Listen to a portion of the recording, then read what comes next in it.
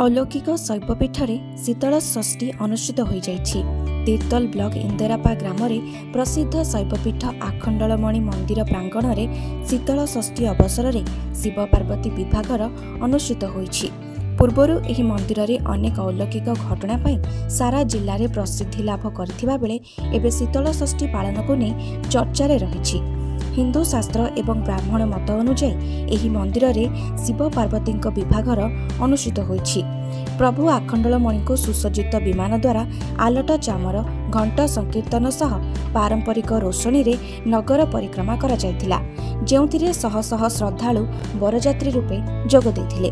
तेबे नगर परिक्रमा परे प्रभु आखंडलमणि एवं पार्वती को मंदिर अणा जायतिला।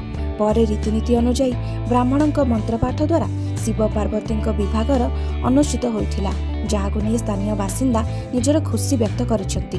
Bureau report, cover Odisha. एटा होची प्रथम वार्षिक शिव विवाह उत्सव आम पालन करूँ।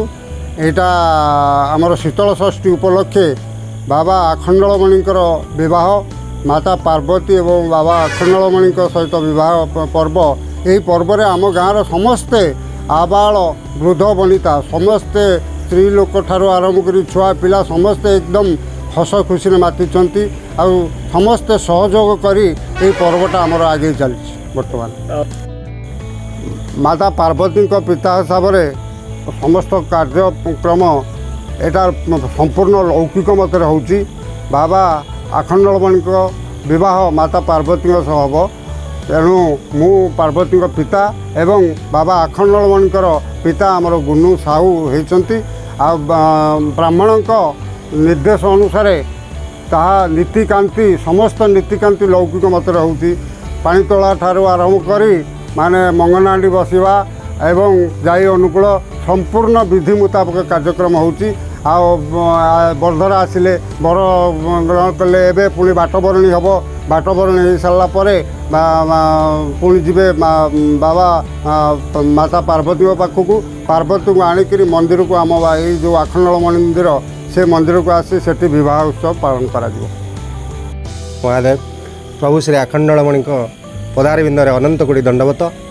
प्रभु ठाकुर कृपारू एठी सुंदर परिवेश टी सृष्टि होती। आज हूँ शीतल षष्ठी।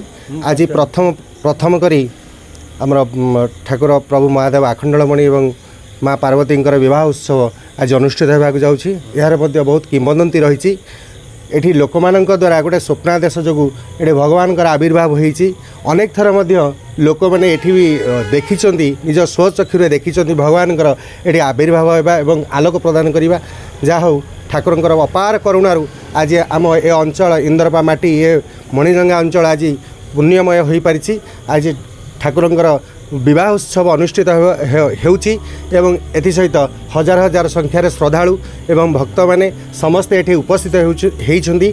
तेणु ए अंचल आज पवित्र परि लागुची। भगवान आखंडलमणि से अपार करुणा एठी थाउ। समस्त आशीर्वाद एठी समस्त आशीर्वाद लाभ करंतु एति कहबी। जय प्रभु आखंडलमणि।